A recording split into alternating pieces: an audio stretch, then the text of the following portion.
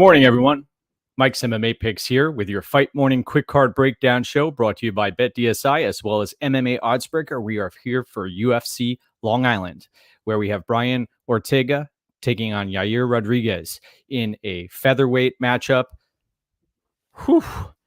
Fantastic set of fights here, except we got to be honest with ourselves. First fight of the night, not very exciting. We have Jessica Penne taking on Emily Ducote. Emily Ducote coming in as a minus 160 betting favorite, taking on a grizzled veteran in Jessica Penne, who has fought the who's who throughout her career. Penne, now 39 years of age. You look up and down her resume, man, she's fought some legitimate competition. Joanna, former champion, many others. And even her two most recent victories against Karolina Kowalkiewicz as well as Lupita Godinez, they jump out at you, but then you watch the tape, the Lupita Godinez fight. Lupi had her in a lot of trouble, could not finish the job, and Penne's tough as nails. She's taken many hellacious beatings in her career and has come back ticking time and time again. So this fight, you watch Ducote, she has some solid kicks. Her distance management it seems on par with many of the other fighters in that division. You look at her record, though, 11-6, still young. In my eyes, despite Penne being a veteran, this isn't the highest level women's mixed martial arts bout. A line that's jumping out at me is the plus 500 on Ducote to win by knockout. Something to take a look at. I'll be picking Ducote to win, and Penne, this may be the end of the road for her at 39 years of age. She's going to try to grapple here likely, and Ducote may stifle Penne's attempts. So give me Emily Ducote to win, and I'm not going to be touching this fight from a betting perspective, but I will be watching from close vicinity to the octagon.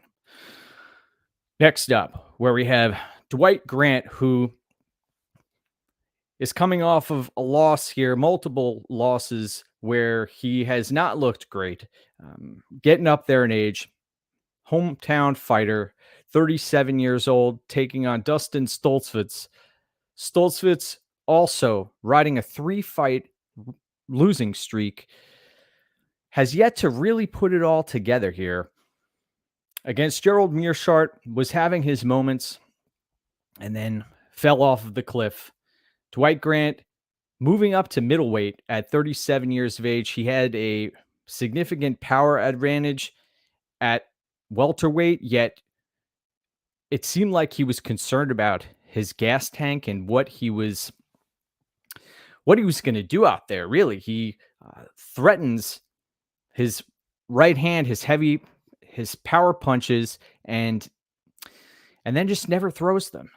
And I can understand why to a certain extent now, because defensively, he's a liability out there. He's been knocked out in multiple fights.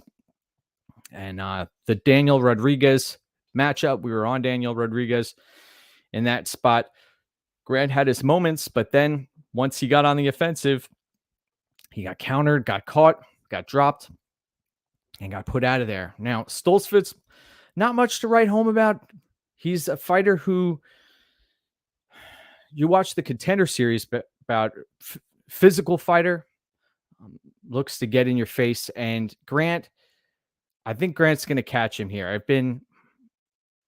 I've been on the fence in regards to this matchup most of the week. Dwight was sitting at minus 170, 175 for a while, and now this line has closed significantly to a point where I think Grant should be ever so slightly favored in this spot. This is another lower level middleweight matchup. One of these fighters who takes a loss here will likely get their walking papers. I'll be picking Dwight Grant. I think that power is going to be the difference maker here. He may end up leaving the UBS arena on their feet after stopping Stoltzfus. Next up, where we have this is a matchup between Dustin Jacoby and Da-Un Jung, where you're not 100% sure yet what you're getting at Da-Un Jung. He has shown promises. He's shown promise of what he's capable of at times, but we haven't seen the whole repertoire. Da-Un-Jung coming off of the win over Kennedy Nzechukwu. He left a lot of meat on the bone against Sam Alvey.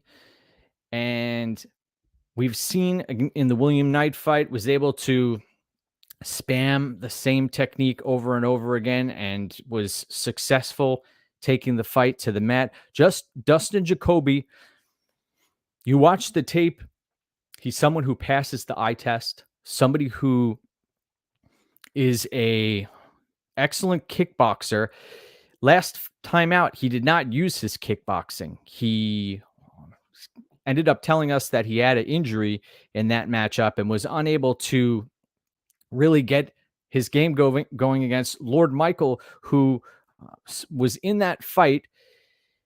Dustin Jacoby came away with the victory. A concern of mine when I watch Dustin Jacoby, the Ion Cutelaba matchup, struggled mightily there, was taken down and almost finished a number of times. Jacoby, in this spot, he is the more seasoned fighter. He is a fighter who you can, if he's not injured, you could trust what you're going to get. But last time out, we saw we didn't get what we expected. So in this matchup, Da-Un-Jung also against Kennedy Nzechukwu was spamming his right hand, 1-2 combos. In this spot, I'm ever so slightly leaning Dustin Jacoby. I think that when push comes to shove, we know Jacoby fights out of a great camp. Da-Un-Jung, Korean top team, who we haven't seen much of recently. I'll be picking Jacoby, though this is a fight where I'm going to be staying away from this. I understand why folks may have gone out of their way to back Dustin Jacoby as a underdog, but Jung has some sneaky power here, and his ground game, we're not 100% sure what we've got down there. Give me Jacoby, though, in this matchup.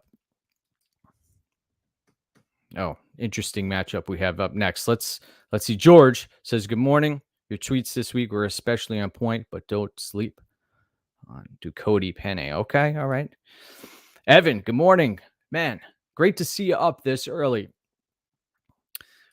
Looking forward to seeing everybody at UBS today. 11 o'clock a.m. start. That's one of the reasons we're trying to get this show out early this morning. We have a featherweight scrap between Bill Algeo and Herbert Burns up next. Bill Algeo is coming in as a minus 215 betting favorite. Herbert Burns, the younger brother of Gilbert Burns, is a grappling heavy fighter who is typically kill or be killed. You watch Herbert Burns and usually has about a round and a half of gas before he ends up hitting a significant wall.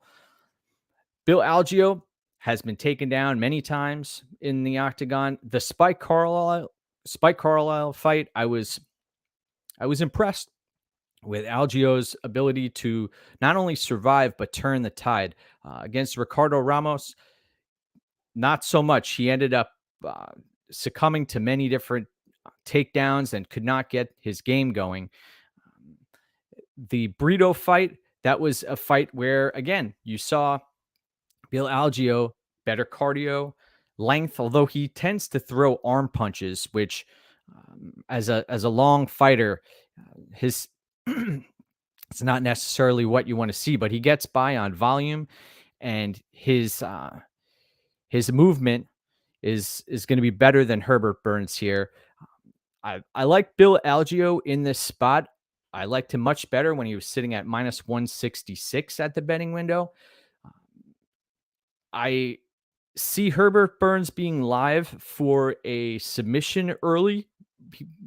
He'll likely end up on top at some point, and I can't trust Herbert Burns here. Bill Algeo has proven that he is trustworthy and that he can turn the tide and win fights. Man, one thing I got to mention here also is for Bill Algeo from Pennsylvania, has a lot of local crowd support. I think he's going to bring a lot of intensity out there and get the crowd on their feet. So give me Bill Algeo. I could see him finishing this fight late. And Herbert Burns is submission or bust. Good morning, Donnie. Great to see you. Thank you for tuning in today. I appreciate you. Good morning, JSJ.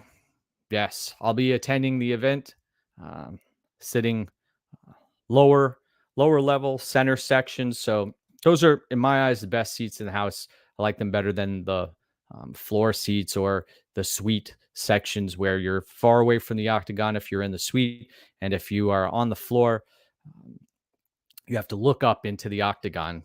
So I will be attending the event and looking forward to it. Good morning, Sam from England. Great to see you. So give me Bill Algeo in that spot.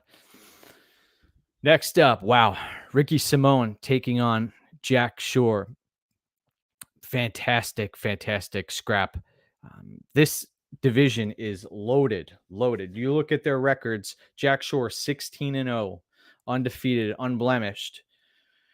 Phenomenal fighter. We cashed on him against Timur Valiev last time out. He's taking on Ricky Simón, who has one of the best motors in the game. This fight, 135 pounds. Love those bantamweight scraps. That's my favorite division in the whole sport. I've been preaching that for the past few years. I've gotten a lot of pushback actually from folks who have told me the lightweight division was the best division, but no. You got to be kidding me. Bantamweights are where it's at. So Ricky Simón hung in there against Rob Font. Hung in there on the feet too at times, which I was impressed with. Coming off of the Rafael Assunção victory, we cashed on Ricky Simón in that spot. Ricky Simón, 19-3 overall record. Somebody who, fought a great fight against Merab Dvalishvili. Tough to do that. Has a win over Montel Jackson. That's great also. Jack Shore, one thing about him, his game is very tight. He doesn't make a lot of mistakes. A lot of people are pointing out the Hunter Azure fight. There were moments there where he made some mistakes and got reversed and was stuck for a few seconds, but he ended up doing the right thing, getting out of some bad positions and pulling away in that fight late.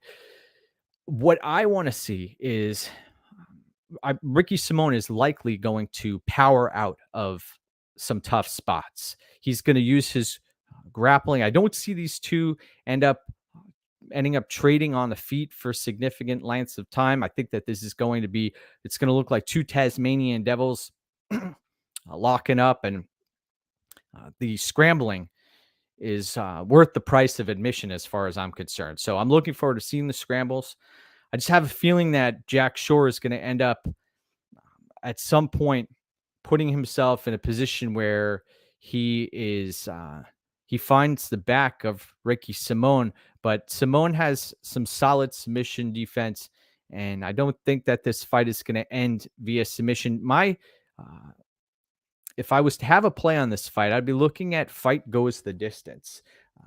You look at that right now, it's minus 180-ish. So rather than playing a side here, I'm going to be picking the Jack Shore side, but I think that this fight will end up hitting the scorecards. And Ricky Simón, He's somebody who you can't count out of a fight. He will fight to the end, and he will empty his tank, which is a very, very big gas tank. And he's very powerful, fights out of a solid camp. So give me Jack Shore in that matchup. Let's see what we got. Jack, low-key, pro amateur, 33-0. All right. Yes, let's get what's ours, my brother. All right. Yep. Timur Valiev was a big test. Right, Bruno? See, we're on the same page here. Fight goes the distance is likely the play. Would not surprise me to see Jack Shore end up winning via submission, but I don't think Ricky Simone's going to be able to stop Jack Shore. Now, we've got a banger of a matchup here between Puna Soriano and Algeo-Lungiambula. Dalcha looks great against Cody Brundage for the first few minutes of that bat, but what we've seen in the past is that Dalcha, he cooks himself out there. That's a problem. Ends up coming out of the gate hot. Does not show any restraint when he's trying to. He doesn't pull his punches. He's somebody who won't pepper his opponent with strikes. He goes for the kill with every strike. And Soriano, similar fashion of a fighter. Dalcha has a significant reach advantage in this spot. Soriano, still young.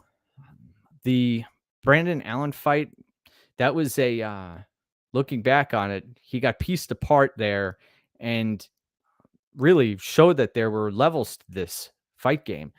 This isn't the Maximov matchup. This is a winnable fight for Soriano. I understand why the line is closing. I don't think we've seen the best of Soriano. I think he still has some potential. What we saw on the Contender Series showed us that he can fight to a decision. Guy has a rock solid head as well, a good chin. I think that these two guys are going to come out banging, and we're going to get what we want from a crowd perspective. It's going to be a crowd-friendly fight. Soriano should be the more accurate striker in this matchup. Dalcha may be on target for the first few minutes of the fight, but then I expect him to fall off a cliff. And I think that Soriano is going to end up winning this bout. Now, Soriano doesn't have the best cardio, but he did show he was put in some positions where he was grappling heavy with Maximov and still won the exchanges on the feet, and when things were at range showed that he had some potential there. So I'll be picking Soriano, and if this line continues to plummet, it may be playable. Lungiambula, the reach advantage is going to be there. I don't think he's going to be able to take Soriano out of here. We've got some comments in this. All right.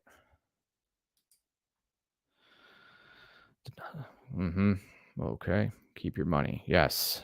Damage over control is a big narrative. Correct. That is correct. So the pick there is Soriano. The next matchup we have is Lauren Murphy taking on Miesha Tate. Miesha Tate now dropping down to 125 pounds late in her career. She's sitting at minus 205 at the betting window. She's taking on Lauren Murphy, who has had a lot of excuses. She is now blaming C. diff for her poor performance against Valentina Shevchenko. I don't think she was winning that fight either way. And if she pulled out of that fight, there was no way that fight was going to get rebooked. They'd find some other dance partner for Valentina. Lauren Murphy, she looked great on the scales. She's somebody who will fight hard for your money against Andrea Lee in Texas. I'll never forget us getting robbed there. Lauren Murphy, when you watch her fight, the optics, she is very, very scrappy. She doesn't give up on herself. She'll fight to the end. And Miesha Tate is a similar type of fighter.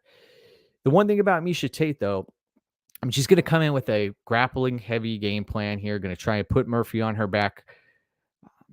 Tate, she's so stiff on the feet. When you watch her fight, I think that stiffness is going to be amplified down a weight class at 125 pounds, where we typically see more fluidity at flyweight. And she's been fighting at 135 pounds for quite some time. She's going to lose some of that quickness. And she wasn't quick to begin with. So I'm leaning towards the underdog here, especially when we're talking women's MMA, where there isn't much. There's a lot of variance in women's MMA. And from fight to fight, you'll see very different performances from the same fighter. It's it's tough to predict low-level women's mixed martial arts fights. It's amazing. I'm saying this about we've got former champion here and a title contender, but the game has not necessarily evolved. There are fighters like Jessica Andrade, Weili Zhang, and a few other fighters who, Marina Rodriguez, for instance, who you know what you're going to get when they're out there, and they can fight hard for your money. Not necessarily in this spot. So I reluctantly will be picking Lauren Murphy. I do not have a play on this fight, and this is one of those fights where if you'd like to grab a beverage or use the facilities, this is that type of fight. So I'll be picking Lauren Murphy in that matchup. Wow. It's amazing how we have, let's just get into, there's Bruno, you make a good point here. Tate's your pick, but big money on women's MMA, never in my life after that Valentina performance. Yep. And also interested to see how Tate's cardio looks. Murphy will make her work for every position. That is true. Yes. Now, this is a fight that is the main event as far as I'm concerned. We've got Shane Burgos. Shane Burgos taking on Charles Jourdain. Now, it was 10 months ago that Charles Jourdain was tapping to Julian Erosa, who, by the way, Julian Erosa ended up cashing us some money against Peterson last time out. Shane Burgos is somebody who you know exactly what you're getting. Shane Burgos is the hometown fighter. There's going to be a massive pop from the UBS arena. Shane Burgos is a fighter who he's taken the kitchen sink from some of the best in the division. Josh Emmett, the punches he absorbed in that bout, it was incredible that he was still standing. Edson Barbosa, he did not want to check out. His body checked out, though, in that spot. So, yes, Charles Jourdain, could he come in here and take Shane Burgos out? I think it's going to take a lot to do that. Charles Jourdain is going to be at a significant reach disadvantage here. But Burgos, you listen to the pre-fight interviews, Burgos said he's going to put Charles Jourdain in a phone booth, and they're going to find out who the tougher fighter is, and that Burgos is planning on breaking Charles Jourdain. Burgos shared that he believes if they're fighting at range, that gives Charles Jourdain the best shot at winning here. But Charles Jourdain, still developing as a fighter, only 26 years of age, somebody who is, he doesn't necessarily have a great ground game. You watch the Lando Venata fight. The Venata fight was a product of Charles Jourdain dropping Lando Venata and then capitalizing on that by locking up the submission. Don't think we're going to see that here. Jourdain could potentially drop Shane Burgos, but I don't think we're going to see Jourdain lock up a submission. In this spot, the volume favors Burgos. Burgos is the much bigger fighter. Burgos has the crowd behind him. I don't see Shane Burgos losing this fight unless he's rendered unconscious. Unless he's knocked out, Shane Burgos should win this fight much more often than not. And I'll be picking Shane Burgos. I think that the crowd is going to be on their feet for most of this bout. It's a shame that the lead into this fight was the Lauren Murphy-Miesha Tate fight, and also that bout ended up getting booked on this specific card. But Shane Burgos is going to be the pick, and I believe that he'll end up breaking Charles-Jourdain late. And I tweeted this out about a week ago or a few days ago. The Charles-Jourdain Julian Erosa fight. Erosa came in on short notice, a week notice, up a weight class. Well, not necessarily, at 150 pounds. And that was a catch weight bout. I was genuinely shocked to see Charles-Jourdain, somebody who carries himself as this warrior who will not quit, will not tap. He was caught in a really tough spot there, and he ended up checking out rather than going unconscious. And it will show you that if Burgos is putting Jourdain in a very, very tough spot, he's checked out before, he could check out again.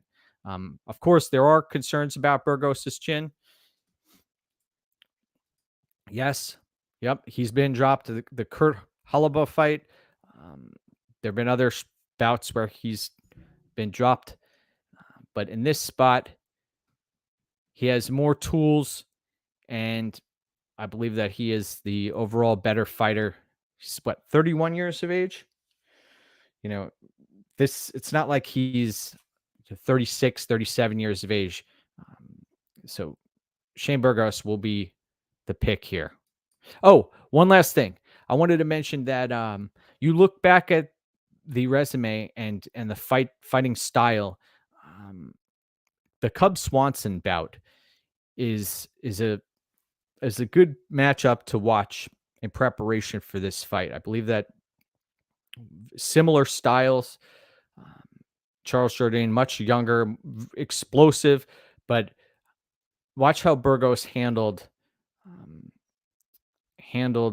Cub Swanson in that matchup, and I think that's what's going to happen here. And it's going to be a firefight. It'll be a phenomenal fight. But I think that you watch the Billy Q fight, another fight where Burgos had to dig very, very deep and was able to pull it off. By the way, man, we wanted to see Billy Q compete today. It's a shame that matchup against Bill Algeo got pulled. So the pick is Shane Burgos. Now, Matt Schnell taking on Schnell-Mudaerji up next. Great fight. Matt Schnell, great guy. Somebody who, when you watch the weigh-ins and the face-offs, both of these fighters are actually similar in size and height. Wasn't necessarily expecting that. I thought Mudaerji would be the much taller fighter, lankier fighter, and they were squaring off and looked very similar. Schnell plus 210 underdog here. Mudaerji minus 260. We've seen Mudaerji get submitted by Luis Smolka and basically ragdolled just a few years ago. Schnell has a great ground game. We don't get to see much of it because he likes to trade. Schnell, he will go for it. I'll say that. He will go for it. You watch the Pantoja fight, tried to put himself in a solid position there and then got flatlined. The Rogerio Bontorin fight was manhandled, up a weight class though. And in this spot, I mean, we saw Schnell lose to Brandon Royval. Brandon Royval, I was on him as a max play. Very rare. Once every few years, I'll make a 5-unit max play. So I think that can tell you where we're headed in this bout. But I'm not playing a side here. What I'm more interested in is fight doesn't go the distance. At one point, fight doesn't go the distance could be had for in the minus 150s. And this fight, I believe the most likely outcome is Mudaerji wins via knockout. And then the second situation is Schnell could potentially win via submission. I could see Schnell trying to stay at range, but Mudaerji will likely light him up at range, and Schnell likes to trade hooks in the pocket, and that's where his chin, where he runs into issues. And I'll be picking Mudaerji to win inside the distance, but the play I like better is fight doesn't go the distance. Good morning, Jack. Great to see you on this lovely morning. Fights start at 11 a.m., so we'll be cruising on in to UBS shortly. All right. Yeah, I don't know, man. Schnell, it's amazing how many weight cuts he's done in the past year and a half. He's had multiple fights where they're booked and the fight never came to fruition. He ended up pulling out of the Alex Perez fight, even though Perez missed by a pound. And now here he is against somebody who can crack, but also against somebody who he has a significant advantage on the ground against. So I could see Schnell trying to get this fight to the mat, but give me Mudaerji to win inside the distance and to win so via knockout. Wow. All right. We've got Jingliang-Salikhov taking on Li Jingliang. Li Jingliang is coming in as a plus 130 underdog. Both of these fighters are in their mid 30s. Salikhov is coming off of a bout where he beat Trinaldo, and his striking, it's so fun to watch him strike. It seems effortless when he's out there. He's somebody you can tell has thrown these techniques hundreds of thousands of times. And Li Jingliang is a Chinese fighter who will fight hard for your money. The Neil Magny loss is something that really stood out to me. Both of these fighters, though, in this fight are not going to necessarily look to we won't see Salikhov look to land takedowns here. We may see Li Jingliang try to take this fight to the mat, but you watch the stare downs, and one thing that Salikhov said was, "Let's get fight of the night. Let's get fight of the night." That leads me to believe that Salikhov is going to try to have Li Jingliang just stand and bang with him, where he should have an advantage. Throws the much cleaner strikes. Li Jingliang's path to victory here is extending Salikhov and getting him tired. Li Jingliang is a fighter who he'll fight to the bitter end. He also, I liked what I saw against Ponzinibbio, and both of these fighters have a mutual opponent in Zaleski dos Santos. These fights show me something, and I believe in both of these fighters. The fight against Chimaev, you saw where Li Jingliang was willing to be choked unconscious, dragged to the corner, and basically he looked like a sacrificial lamb out there. It was incredible to watch. But he's back and doesn't seem worse for wear. I'll be picking Salikhov, though. I think that Salikhov is the much cleaner striker who should get off on volume here. It's going to be up to Li Jingliang to get this fight to the mat and try to have some success there. Oh, look at this. DXJ says Leach is coming to claim that chin this afternoon. We might see that. I'm not going to put my money on that, though. Keep your money on this one too. Yes, this is a pass from my perspective, but I'll be enjoying a beverage while taking in this fight. The pick is going to be Muslim Salikhov, and I believe that he's going to win this fight via decision. Now, co-main event of the evening. This is a fight that probably, besides the Da Un Jung Dustin Jacoby bout, has received just as much attention. Michelle Waterson coming in as a plus 230 underdog, taking on Amanda Lemos. Amanda Lemos sitting at minus 295. Originally, Lemos was sitting at minus 420-ish. Fascinating. Fascinating how this line has closed dramatically, but I understand why. Because Amanda Lemos has proven that she will falter, that she has a few minutes of gas in her tank where she comes in completely dialed in. And I mean, as dialed in as you can get, will commit to her strikes with full force, full ferocity, and throws great technique. She's somebody who passes the eye test. And you look at the resume, she has a lot of first round wins, first round finishes. She has that win over Angela Hill that does not age. It did not age very well, be honest. Michelle Waterson has been in there against the who's who: Marina Rodriguez, Carla Esparza, Joanna, former champion, Rose Namajunas. Now, Amanda Lemos, significant reach advantage here. She has the size advantage on Michelle Waterson, who came in with a lot of energy. Amanda Lemos, the last fighter to the scale. I see what Waterson's trying to do here. She would like to extend this fight, get it out of the first round, where she'll likely have a massive cardio advantage, and she's going to have the crowd on her side. There's no doubt about that. When you are going to be, if you're sitting at UBS, you can expect the karate hottie to be receiving the bulk of applause, and everybody loves an underdog. So I understand why folks got in on Michelle Waterson, especially early in this spot. I think the most likely outcome here is Amanda Lemos catching Michelle Waterson and knocking her out. I don't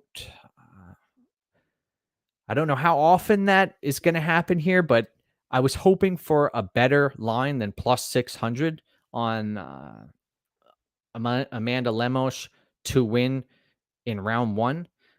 That would be the play. If you gave me plus 1,000, plus 1,100 on Amanda Lemos to win round one, then I would be on that. But plus 600, you got to give me a line a little bit better than that. Michelle Waterson could potentially come out here and win a decision. Her strikes, she's at a significant reach disadvantage. She also she's the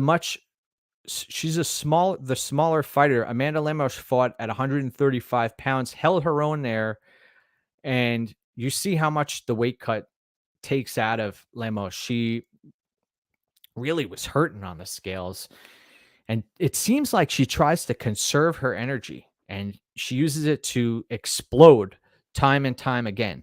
I think that she's going to end up catching Michelle Waterson and taking her out of there in round one. That's going to be my official pick, Amanda Lemos to win via finish. But I would need a little bit better number than we currently have. And if Michelle Waterson can extend this fight, then she becomes very live here. And I will be rooting for everyone who has money on Waterson, but I'll be picking Amanda Lemos. I'm not going out of my way to play a minus 300 or even minus 400 on Amanda Lemos in this spot. She taught us a lot in the Angela Hill fight, and we were lucky to get our to come away with a victory against Angela Hill. So give me Amanda Lemos here. She's got a lot to show us after that Jessica Andrade loss. She has a lot to prove, and I know getting caught in that submission, things like that happen, but this is another opportunity for Amanda Lemos. Great to see everybody this morning. Got a good crowd up early. Yes, Lemos did look horrible. Dog or pass, I understand. That. But I'll be picking Lemos. Main event of the evening, 145 pounds. Yair Rodriguez takes on Brian Ortega. Brian Ortega, minus 175 betting favorite. Now, Yair Rodriguez coming off of a competitive fight against Max Holloway. One of the things that really stood out to me about Yair Rodriguez in his last few fights, very, very explosive, very quick, and will commit to his strikes. He also is very evasive. He uses his footwork. So Brian Ortega has his work cut out for him. I also am a big fan of Brian Ortega. You go back to the Frankie Edgar fight, how he was able to land that uppercut and take Frankie Edgar out of there. You go back to the Renato Moicano fight. He was able to snatch up, I believe, a guillotine in that spot. You watch the Alexander Volkanovski fight. You watch the Max Holloway fight. Max Holloway destroyed Brian Ortega, but Brian Ortega came back like a new man, like a phoenix rising from the ashes, and beat Korean Zombie.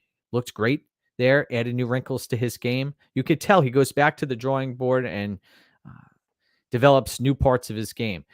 Very impressed with his performance against Alexander Volkanovski, and put Volkanovski in the toughest positions that you could put Volkanovski in, and couldn't finish the job. But Volkanovski is one of a kind, and Yair Rodriguez in this spot, he's going to have to stay on his horse, and he'll have to really work on retracting his leg after getting those kicks off. It's going to take one or two mistakes from Yair Rodriguez to give Brian Ortega what he needs to snatch a neck and pull off the victory here. I go back to the Cub Swanson fight. It's interesting how Cub Swanson, he is relevant in this fight card because of the matchups against Shane Burgos and now also Brian Ortega. By the way, we cashed on Cub Swanson last time out against Darren Elkins. That was an incredible performance.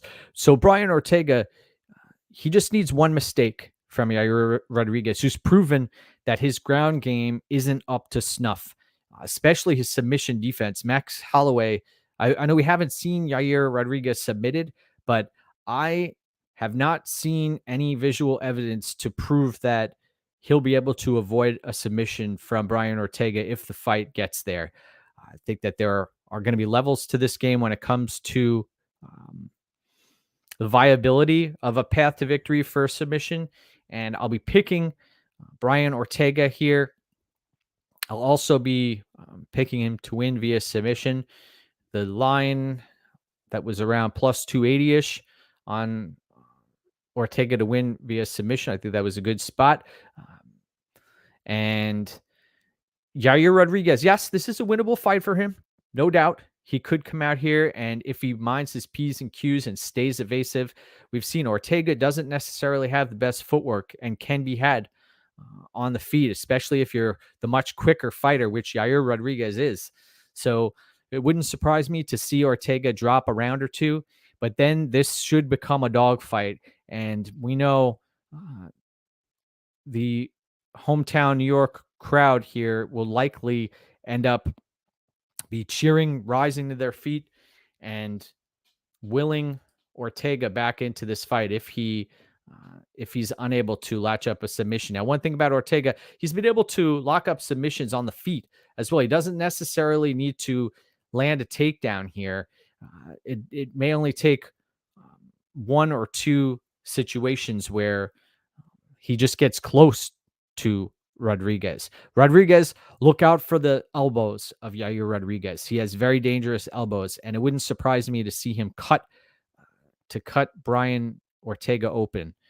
That may be a possibility here. So closely lined fight. I'll be picking Brian Ortega and looking forward to this matchup. Evan says it's T-City's time, Mike. They're in different leagues on the mat. I agree. It's just a matter of how the fight gets there because Yair Rodriguez is fairly evasive.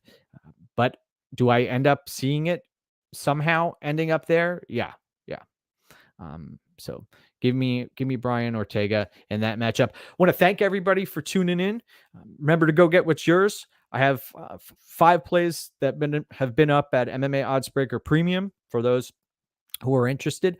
Third-party tracked, up over 100 units of profit. One of the things about about putting out content. I've stressed this in the past. You want to make sure that those providing advice to you are legitimate third-party tracked winners. There are folks out there who are third-party tracked losers putting out content, and you really want to use your time wisely. So just make sure that you're doing your due diligence. And we're up over 29 units this year headed into this card. Want to say thank you for all the support we've had over the years, and I'll see everybody at UBS. So cheers and enjoy the fights. Go get what's yours, my friends. Let's do it.